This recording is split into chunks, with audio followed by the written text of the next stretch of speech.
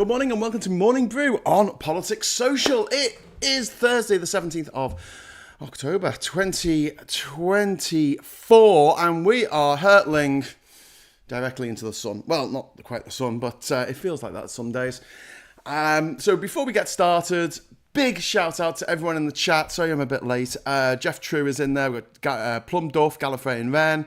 We've got Leap Shin in there. We've got Maureen O'Mara. We've got Roger Haslock, Rob Halpin, Jup James, Caroline Jalim, and others. If you would like to join these lovely people in the chat and join me by extension, all you need to do is slap that subscribe button, hit that subscribe button, and subscribe to the channel, and just wait for 30 seconds, and then you can add your bon mots to the side of the screen there. I know that's not how it's pronounced. Hi, Graham. No green scene today. No, I'm in London. Bloody London. I'm going to be in London tomorrow as well. London this week, getting visas, a visa for going to America, because I want to go there just one last time before it all turns to shit. So I know this is quite triggering for people, and if you don't want to talk about this, it's fine. You don't have to watch this episode. But there is a serious risk, like it's not zero, of Trump winning this election. And I think we need to talk about what that means for America, but more importantly, because no American's going to be watching this, it's the middle of the night there, what it means for us and the rest of the world. And so here we are at the moment. The polls for Kamala had her going ahead of Trump quite early on, but only by about 1%, 2%, 3% max. That is a national polling. And then you've got these swing states, the 7 swing states, that could go either way. And Harris is ahead in 3.5 of them, and Trump is ahead in 3.5 of them, but they're both ahead by literally 1 percentage point or 2 at a push. It is so close. Every vote is going to matter in this election. It's probably going to come down to a few thousand votes between the two candidates. The big problem for the Republicans, the big problem for the Democrats is that they are up against the Republican electoral machine. And just like the Conservatives in the UK, it is not a party of ideology. It is not a party for America, or like the Conservatives are not a party for the UK. They don't care about the people who live in the country in which they rule over. All Republicans and Conservatives in this country care about is power. Look at their parties not as a group of disparate people who get together who all want to share the same vision of a better future for everyone. No. That's not them. They exist solely to win power. And because of the changing demographics of both the UK and the US, we have seen in recent years more and more voter suppression. Ways of making it so that even though they get a minority of the votes, they get a majority of the power. And that is particularly galling when you look at somewhere like the Senate. In America, you have the state of Wyoming, which is just a square. It's literally a square. Look, I can draw it with my fingers. Wyoming has less than 500,000 people live there. It gets 2 senators in the Senate in America. California has a population of 40 million. If it was a country in its own right, it would be one of the biggest countries in the world. And that's pretty hefty for a country, 40 million people. Not as big as ours, but it's still quite hefty. It's bigger than a lot of European countries. Anyway, do you know how many senators they get? 2. So the Senate is stacked against big populous states that vote for the Democrats. And then you've got the electoral college system in America, where you have 50-50 votes between 2 candidates, and one candidate gets all of the electoral college votes for that state, except for Maine and Nebraska. They do a weird thing, but everywhere else you get all the votes. So even though you only got 50.1% of the votes of Georgia, you get all the electoral college votes of Georgia. Again, this is stacked up in such a way that it means that since the election of 1988 that the Republicans have only won one popular vote in the presidential election since then, since 1988. That was the last time. Before then, that they won it straight out, and in 2004, in the wake of 2001, the September 11th, George W. Bush managed to win against John Kerry, and he did actually win the popular vote. But George Bush, when he won in 2000, did not win the popular vote. When Trump won in 2016, he did not win the popular vote, which really they should have done. I mean, a first past the post system would be fairer, I think, in that respect, of like, as long as the post is everyone in the country and how they vote, because the president has to be a president for all Americans, even though Trump has made it very clear that he doesn't want to be that. So this means that, practically speaking, for a Democrat, they need to be at least 3 points up in the polls going into the election for them to win. And we are a polling error away from the end of the Western order that we have known to come and love or loathe. I don't know how you feel about that, but Trump is he has plans to absolutely disrupt America, at the behest of the person who holds his leash, which is Vladimir Putin, and NATO. One of Putin's big things for the last 24 years that he's been in power has been to disrupt and to discredit and to kind of destroy, eventually, NATO. And all these steps are steps on the way to him doing that, i.e.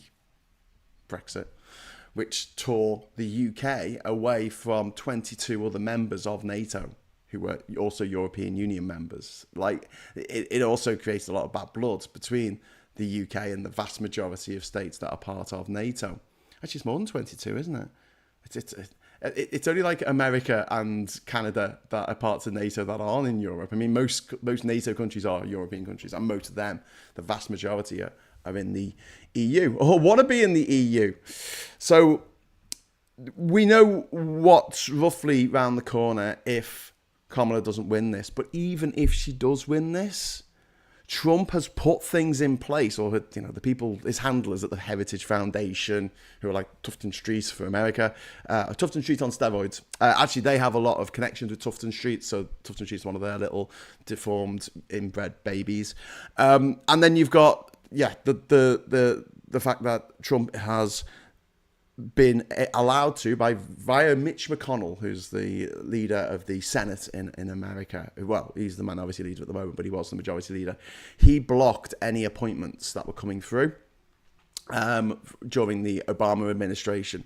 And so there were vacancies for hundreds of posts in the judiciary, in law courts, as judges all around the country. And they just blocked anyone getting in. And as soon as Trump got in, they turned the taps on and they literally appointed hundreds of judges, hundreds of MAGA judges, hundreds of people who put their own vanity, their own greed, their own lust for power over that of the rule of law. These people don't care about the rule of law. They will do everything in their power to make sure that their boy, Donnie, will be never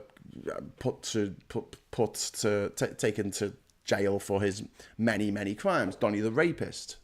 Donald Trump, the rapist, the guy, and I can say that without any fear of being sued for calling him a rapist, because he is a rapist. If you actually know anyone in America who's voting for Trump, you say, oh, you're voting for the rapist. Okay.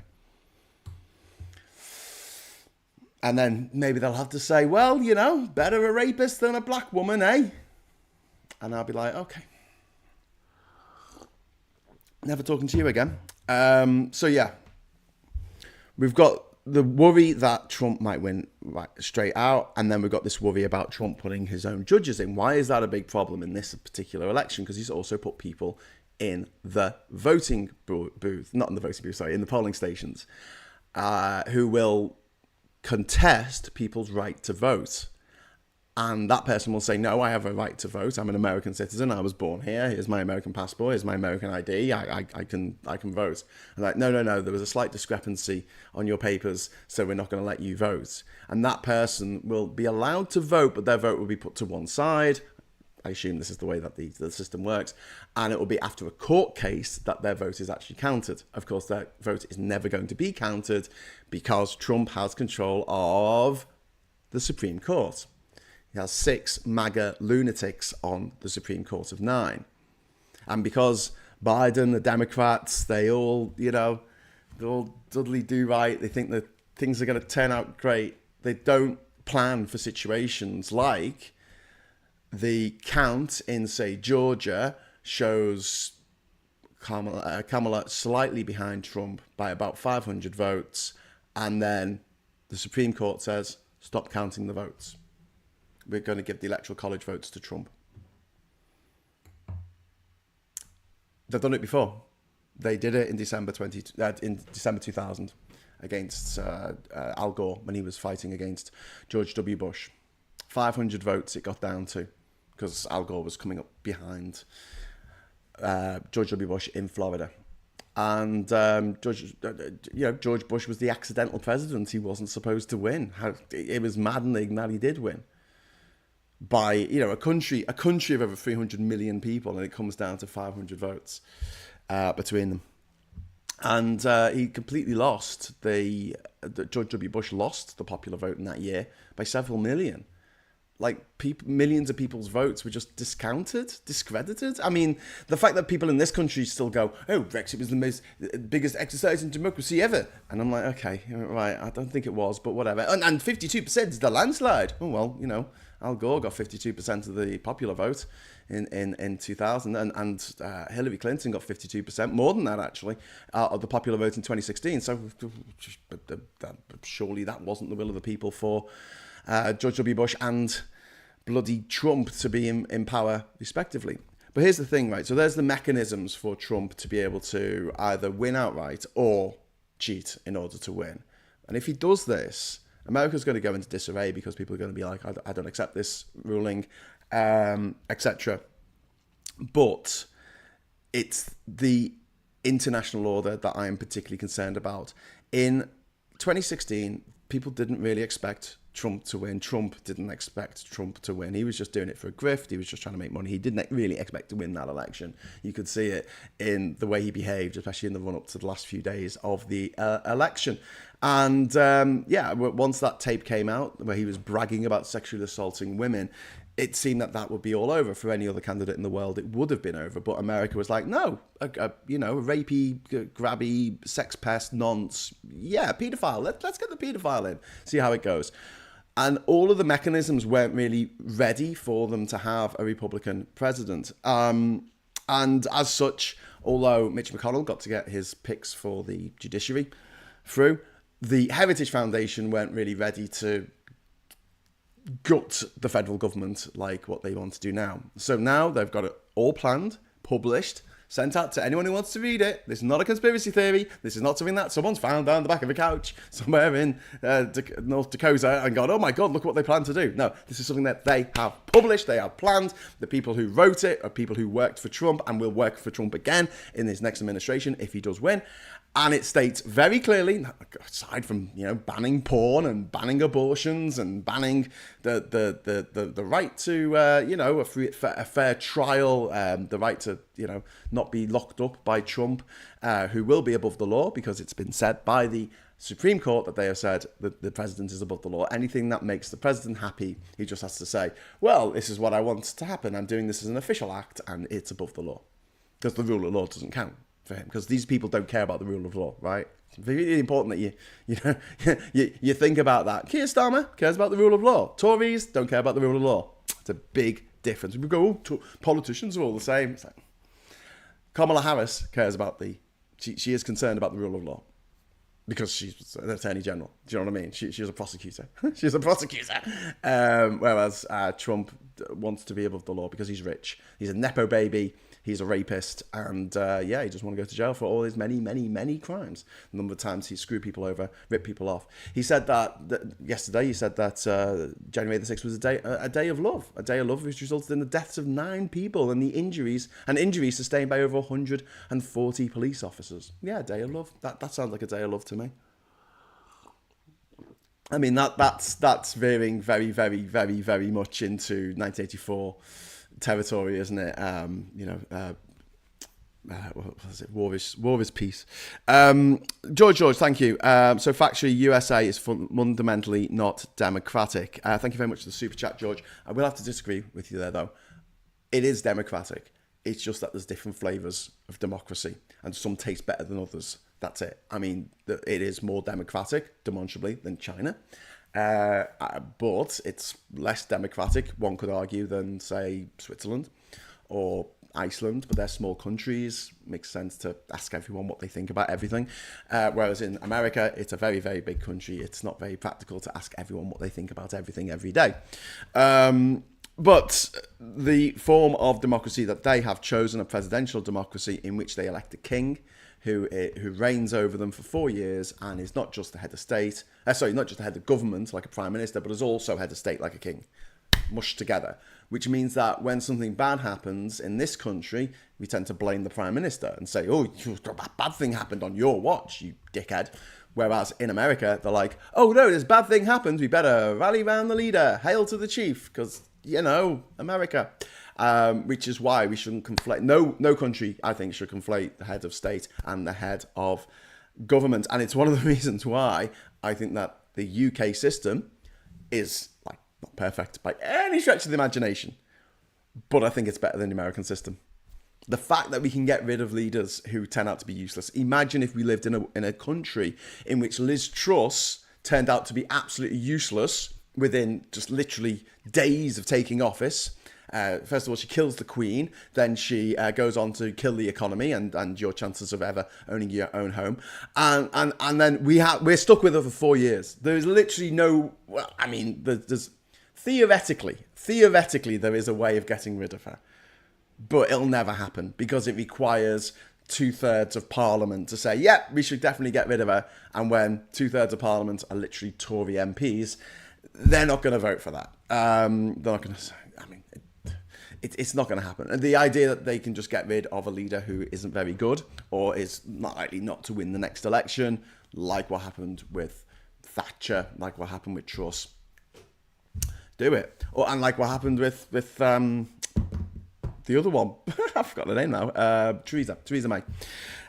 Coffee money and a big hug. Oh, thank you, Captain Bart Roberts. That's very kind of you for my coffee money. I need that in London. God, this place is expensive. Oh my God, it is expensive. It's an expensive place, London. It's a very silly place. Don't ever go there. So anyway, I want to talk a little bit now about the implications, the implications for the rest of us going forward with a possible Trump presidency, because we've got a Labour government at the moment in this country, which is good because it means that they will abide by the rule of law, and hopefully in international situations they will strive to do the right thing. They might not always do the right thing, but they won't actively try to do the wrong thing, which is what Trump is going to do.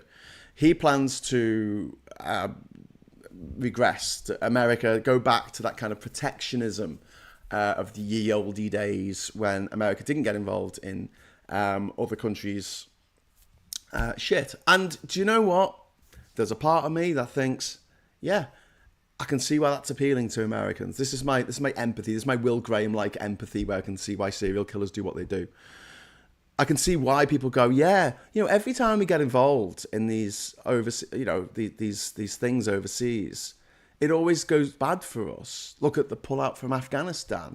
Look at what happened in Iraq. Look at Vietnam. It's just dreadful, really traumatic for not just the people who lived in Vietnam, obviously, but for the Americans who were like, we can't win this war. This is so humiliating. We're being chucked out of this country unceremoniously, scrambling to get on the last helicopter, which is something that happened again in Kabul just a couple of years ago after Trump had done a deal with the Taliban to pull American troops out when they should have left a force there to just keep the Taliban from taking over. They didn't, and you saw what happened. So yeah, Trump's going to regress from the world. And for all the people who say that America shouldn't get involved in other countries' politics, I agree to an extent with that sentiment. But for that to be the case, for me, we would have to live in a world in which Russia doesn't interfere in anyone else's politics, in which China does not interfere in anyone else's politics, but they do. They massively, massively do. Go take a tour around Africa right now and see how many Chinese companies are operating in Africa, spending money on a brand new shiny road, not to connect towns and cities to cities and in Africa to make the everyday African experience easier for people. No. We just from the mine to the port, we'll have a nice shiny new road. I saw a chain gang, not a chain gang, it's a bad way of putting it, but it was like, I saw, when I was in Kinshasa in Democratic Republic of Congo, about 15 years ago, I saw a gang of people, and they were working at the side of the road with pickaxes and shovels, digging a trench at the side of the road, and their foreman, the guy with the whistle, was Chinese. The other guys were from Congo. Like, it was, seeing that was a bit like, oh God, this is just neo-colonialism. It's so clear. This is what they're doing. So if we lived in a world in which no one got involved in each other's, didn't get all up in each other's shit, then fine. But we don't live in that world. And Russia will continue to try and interfere in countries all around it, in the CIS countries, also the countries that used to be part of the Soviet Union, and further afield. They interfere in politics in Cuba, in Venezuela, anywhere they can get their grubby mitts. Same with America. They interfere. Same with Britain. We interfere as well. But the problem is, if we don't, I feel like I'm an apologist here for interference. If we don't, then it's just going to be China and Russia doing all that shit. So that's what they want. That's why they want Trump in power. That's why all the billionaires around the world want Trump in power, apart from Taylor Swift, famously. Yay, go Taylor. Go Tay-Tay. This is a huge, huge issue. And then we've got social media, and the fact that people are just posting any old shit on social media and getting away with it, especially on Elon Musk's hell site that is Twitter now. But also, we are entering a phase of climate change where it just makes no moral sense or economic sense to continue on the way we are going. But Trump wants to drill. From day one, he wants to have the purge, he wants to drill for oil, he wants to kill all his political opponents. He said those things out of his own face, his own god ugly, see you next Tuesday of a face. And yeah, he is clear about what he wants to do. I know he sounds muddled when he comes out with his anecdotes about sharks and batteries, and then he's standing there for an hour dancing with jazz hands. Yeah, I mean, the guy's not all there, but when he has those moments of lucidity, he does say what he plans to do. And when he says those things, I think we need to take it seriously. I think we really, really need to take it seriously. So, if he gets in, touch wood he won't. Nice wooden table down here. If he does get in, it's going to be difficult for the Labour Party in this country to deal with him, but they will have to. They will have to deal with the Americans. He might even have to come over for a bloody state visit and meet the king whose wife, President Trump, famously said that he definitely could have nailed on the Howard Stern show many moons ago. That was after she died. What a nice man. What a nice man. A man that you wouldn't leave your dog with. Would you leave your dog with Trump for the weekend? No, you fucking wouldn't. You go off and play golf and let it starve to death. And trap it in a car with the windows up. But let's leave him in charge of all, the nuclear codes for the world. In fairness, Constable Do Right would have imprisoned Trump at once. He's not American, of course. That's from David Welsh. Yes, he's Canadian, famously. As a lot of people are going to become over the next few years. Because, so, when I was saying we're going to have difficulty dealing with America, it means that we're going to have to, we should do this anyway, but we're going to have to forge even ever closer ties with other NATO members, mostly being Europe, mostly being other countries in our own continent. The greatest continent in the world is Europe. As far as I'm concerned, and anyone who says otherwise possibly doesn't come from Europe. That's fine. I don't care. But for me, it's the greatest continent in the world. And we should celebrate that and work together. And we're going to have to against Trump. Because he's going to make it very, very easy for Vladimir Putin to roll the tanks all the way into Kyiv in Ukraine, or roll the tanks into Moldova, or roll them into Latvia, Estonia, Lithuania. I mean, this is what one of the richest people in the world, probably the richest person in the world, Vladimir Putin, wants more than anything is a Trump victory, because that means the gloves are off. Ukraine's not going to get any more support once this last package runs out in a couple of years' time. Thankfully, Biden has set it up so that money is good for a couple of years, and there's nothing Trump can do about that, I don't think. But still, it remains that he will sacrifice the men, women and children of Ukraine up to, I don't know, Trump's own ego, Trump's own laziness, fecklessness, his sexual depravity. The man is a monster. The man is an absolute monster. And it breaks my heart that millions of people in America are going to vote for a man they know to be a rapist. Oh, look out. It's the content police that come to get me. Trump does not like animals. No. I'm calling Captain Beaky and his band. Trump will let Netanyahu do anything. That's from Dr. McRib. Yes. So people are annoyed with Biden for not doing enough, and Kamala for not doing enough about the situation in Gaza, which is horrific. Trump will be worse. And it's not just a case of picking the lesser of two evils, and I hate that expression, because you've got one side that is doing what it can, and then you've got the other side, which is just pure, unadulterated evil. A side that wants women who have a miscarriage to bleed out in the parking lot. That's the future that they want. They want people at each other's throats in America, civil war, carnage. That's what they want. They want blood on the streets, because the best time to make money is when there's blood on the streets. That expression was used by Jacob Rees-Mogg's dad. Not that he came up with it, but it was used by him for a book that he wrote called literally Blood on the Streets. Yeah. The disaster capitalists of the world have all conspired. They've all made loads of money out of COVID. And the fact that so many people are voting for Trump, and I've got to say this again, when he left America in the state that he left it in, with inflation going up through the roof, with jobs crashing, with a pandemic that he didn't get a handle on, which killed more Republicans like 2-1 than Democrats, because he told people to inject fucking, what was it, bleach in their lungs and sunlight up their bum or something. I don't know. He's like he's awful. He's the worst of all possible worlds. And as far as climate change is concerned, this is a real critical period for us to be doing something about it. As far as world politics is concerned, we have active wars going on in the Middle East, in Ukraine, in Russia. Don't think there's been a big incursion into Russia by the Ukrainians. This is not a good thing. This is really, really not a good thing. And it's going back to the whole Brexit thing of like, why would you vote for this? And it's people voting with their emotions rather than with their logic circuits. And I know there's a big, a fight going on between logic, cold, hard, brutal logic, and how people feel. And unfortunately for us, the people who just want to feel good about themselves are in the majority.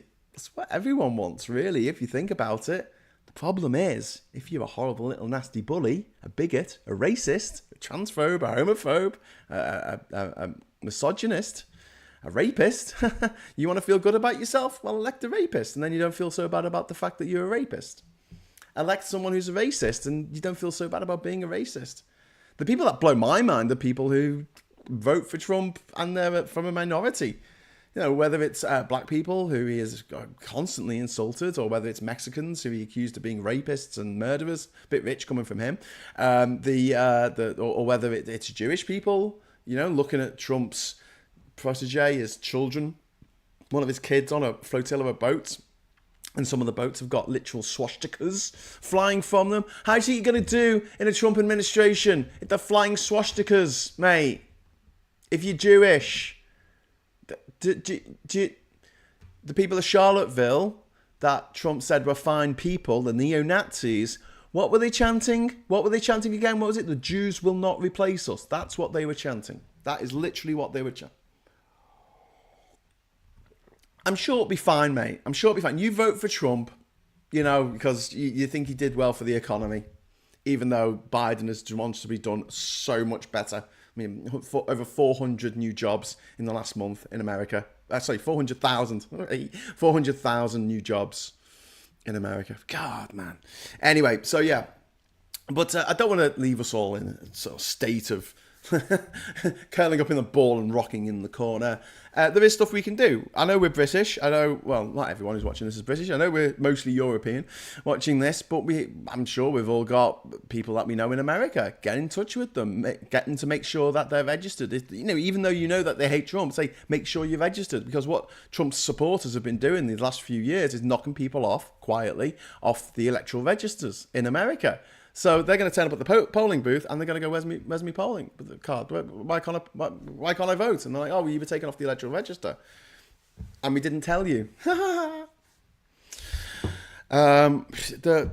Cheating. Dr. McRib is saying, anyone seen Adam Curtis's hyper-normalization? Yeah, I've seen all of Adam Curtis's documentaries. They're pretty good. I could be the Republican and people will vote for me, says Ian McKenna.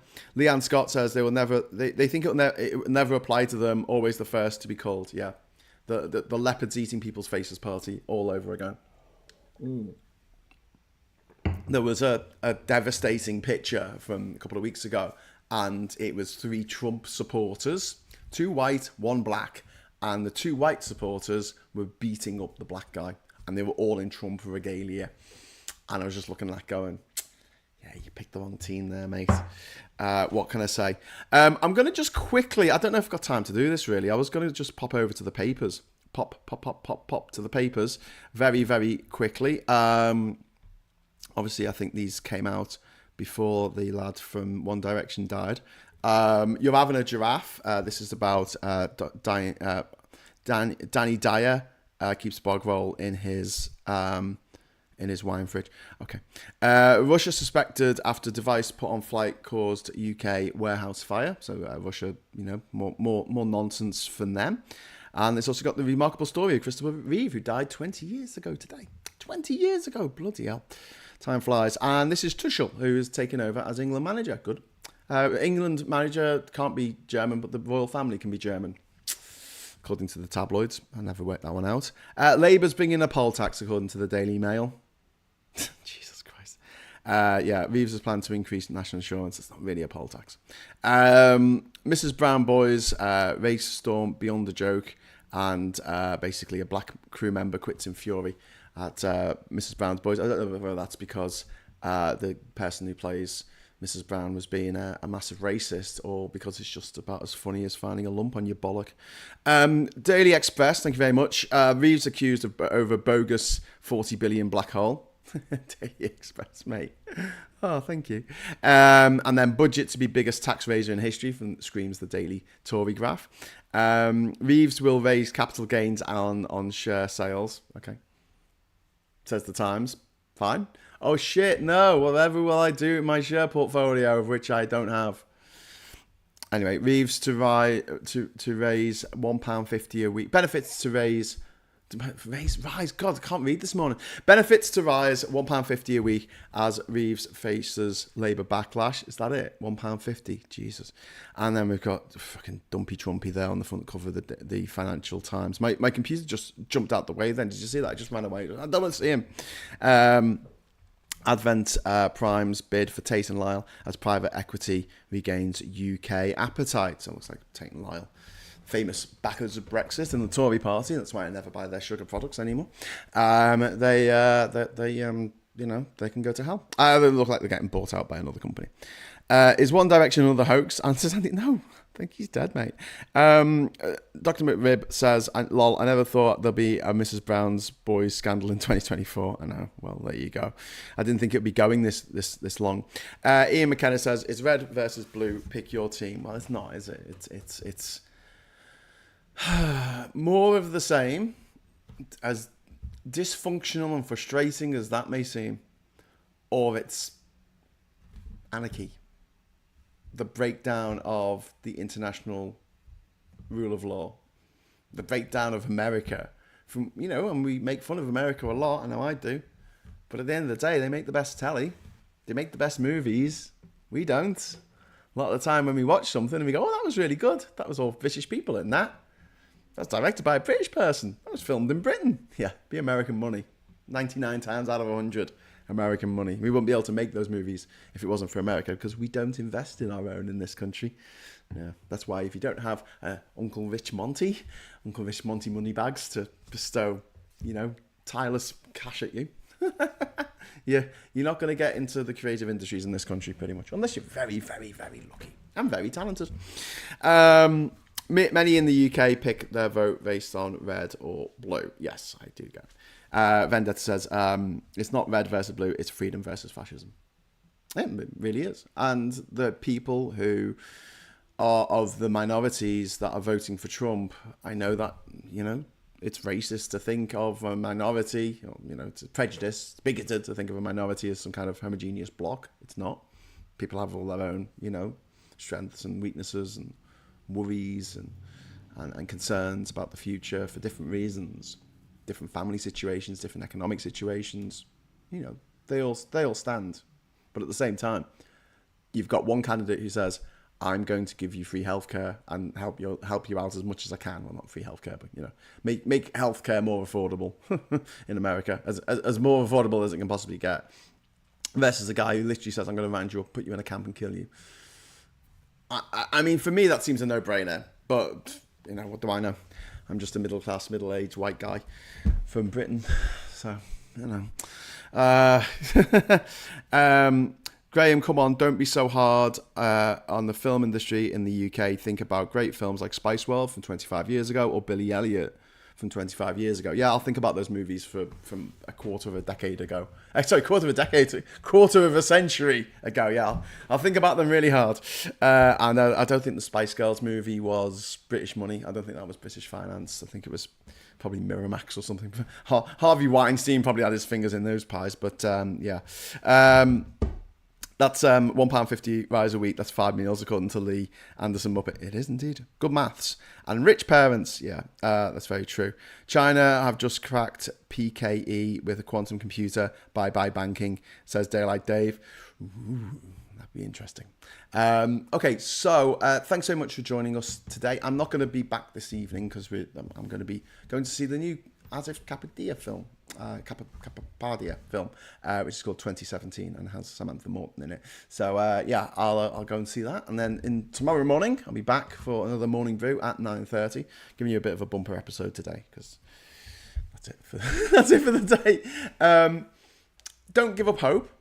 There's a very good chance that Trump won't win.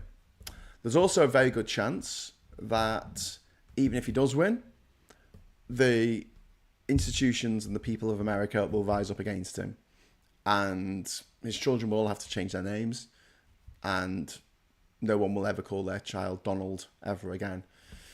Like Hitler. No one really calls their kid Adolf these days, do they? Someone wrote that his grave will smell of ammonium, will reek of ammonium. Yeah, and also, look on the bright side. All these people that we hate, like Trump and Murdoch and Boris Johnson, they are all mortal. One day they will cark it. And then we can all do a little dance. Right, so thank you very much for joining me. I'll see you tomorrow. And until then, I'll say thanks so much for the chat. Thanks for the super chats. And until next time, because I like on the way out. Sorry, I always forget that. And until next time, I'll say hello, good evening, welcome, and goodbye.